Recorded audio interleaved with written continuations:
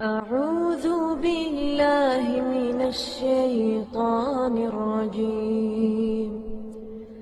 بسم الله الرحمن الرحيم. بسم اللہ الرحمن الرحیم۔ اہل کتاب عورتوں سے شادی کے نتائج و عواقب۔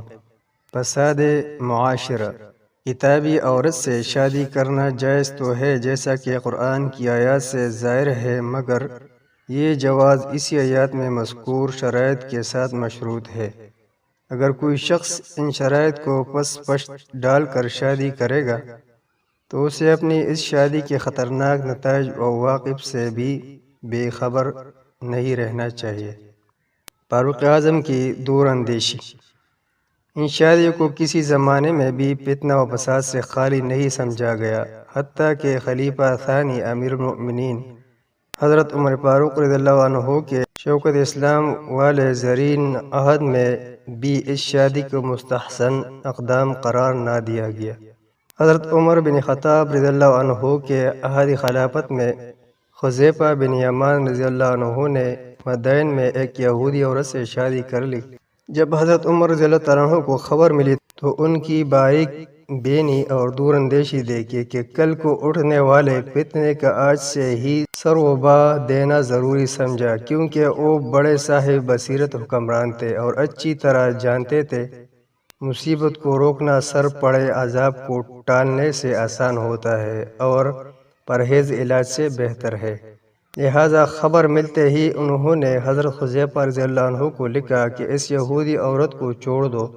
انہوں نے جواباً امیر المؤمنین سے استفسار کیا، اے امیر المؤمنین، کیا یہودی عورت سے شادی حرام ہے؟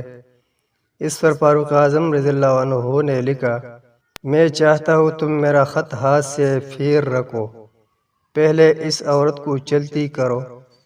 میں خدشہ محسوس کر رہا ہوں کہ دوسرے مسلمانوں نے بھی تیری دیکھا دیکھی صاحب جمال حسین ضمی عورتوں سے شادی شروع کر دی تو مسلمان عورتوں کے لیے بہت بڑے فتنے کا آغاز ہوگا۔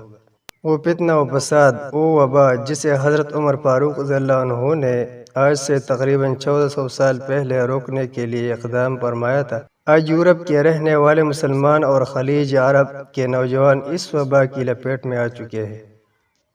مغرب زدہ معاشرے کی عورت کی حالت۔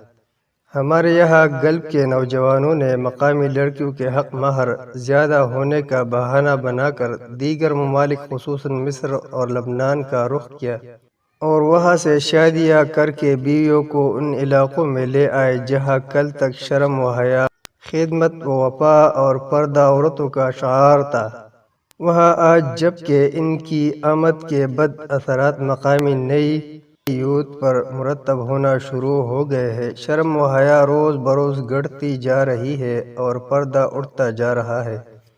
حالانکہ مصری و لبنانی عورتیں مسلمان ہوتی ہیں، مگر ان کی یہودیت سے متاثر مصری و لبنانی معاشرے نے انہیں ننگے سر، ننگے بازو اور ننگی فنڈلیوں میں چلنے کی اجازت دے رکھی تھی۔ وہی طور اطوار اور وہی لباس انہوں نے یہاں بھی اپنائے رکھا۔ ان کی دیکھا دیکھی مقامی نوجوان لڑکیوں کے دل سے بھی پردے کی اہمیت انقاع ہوتی گئی، خصوصاً ان کی کوکھ سے جنم لینے والے بچے بچیاں تو یہاں بھی تہذیب مغرب کے مظاہر نظر آتے ہیں۔ عربی مثال ہے، ناگن ناگ نہیں جنتی ہے۔ یہ حال تو مغرب زدہ معاشرے سے آنے والی عورتوں کی آمد پر ہوا۔ اب آپ خود اندازہ لگا سکتے ہیں کہ اگر یہی نیم عریاں عورت غیر مسلم بھی ہو تو مسلمان معاشرے سے عریانی اور فحاشی کے طوفان بدتمیزی کی راہ میں کون سی سکندری حائل ہو سکتی ہے اور موجودہ نسل کی بے راہ روی کو کس طرح روکا جا سکتا ہے، جبکہ آئندہ نسل کا بے لگام ہونا اسی شادیوں کا لازمی اور منطقی نتیجہ ہے۔